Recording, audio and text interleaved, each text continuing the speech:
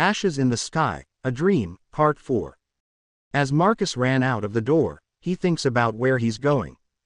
Will he have the mental strength to descend into the forgotten underbelly of Chicago? The streets were emptier than they should have been, even at this hour.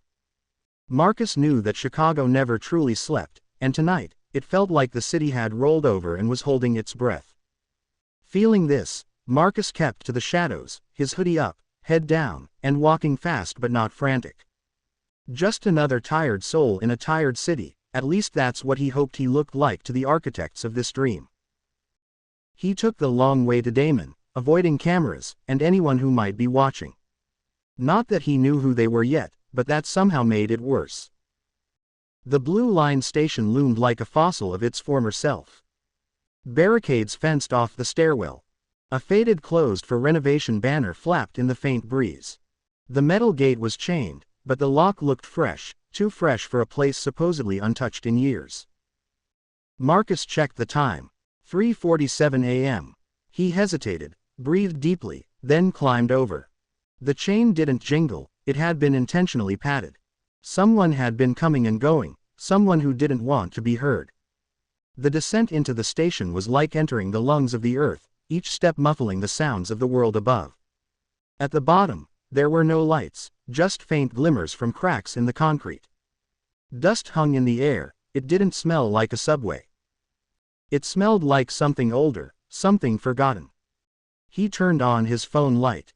The tiled walls were still marked with outdated maps and smeared graffiti.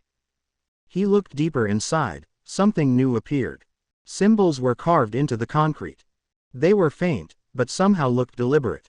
Circles were intersecting triangles, a triangle inside an eye, and then, coordinates. He followed them. The tunnel slowly opened into a wide platform, mostly intact. At its far end, a figure stood under a flickering bulb, surrounded by old storage crates, hooded and waiting. Marcus approached slowly. "You came," the figure said. The voice was the same from the phone, mechanically distorted but now layered with something else like sadness or maybe hope.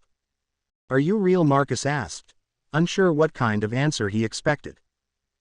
The figure pulled back the hood. She was young, maybe late 20s, pale, with eyes too tired for her age. A thin scar ran down her temple like a misplaced thread. "My name is Amari," she said. "I used to be like you, a sleeper, a dreamer, but now, I'm awake and aware, fully aware." Marcus swallowed hard and asked, "What is this place?" "This," she said, gesturing to the broken station around them, "was part of the original resistance. Before the architects hijacked the signal. Before they made the dream the default." She handed him a device, flat, black, and humming slightly in his palm. "What is it?" "A filter, for the mind.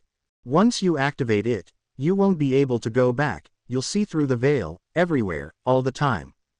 Marcus stared at it. It felt light, but carried the weight of 1,000 questions. "Why me?" "Because you're remembering faster than most. The architects won't let that go. You've already seen one drone. Next time, they won't observe, they'll erase." He looked up at her. "And if I don't use this? Then you'll go back to sleep, back to your apartment. And in a week, maybe 2, you'll wake up in a different city, with no memory of this. Maybe even a new name. They'll reset you." A distant sound echoed through the tunnels. A whirring, low, and it was growing nearer. Amari's eyes widened. "They're early, Marcus, we have to move, now." He clutched the device. His fingers hovered over a small indentation on its side, clearly a trigger. Part of him still screamed, "What if this is a trap? What if this is the dream inside the dream?" "Decide," Amari said. "Filter, or forget." The sound was closer now. Marcus took a breath, and pressed the trigger. To be continued.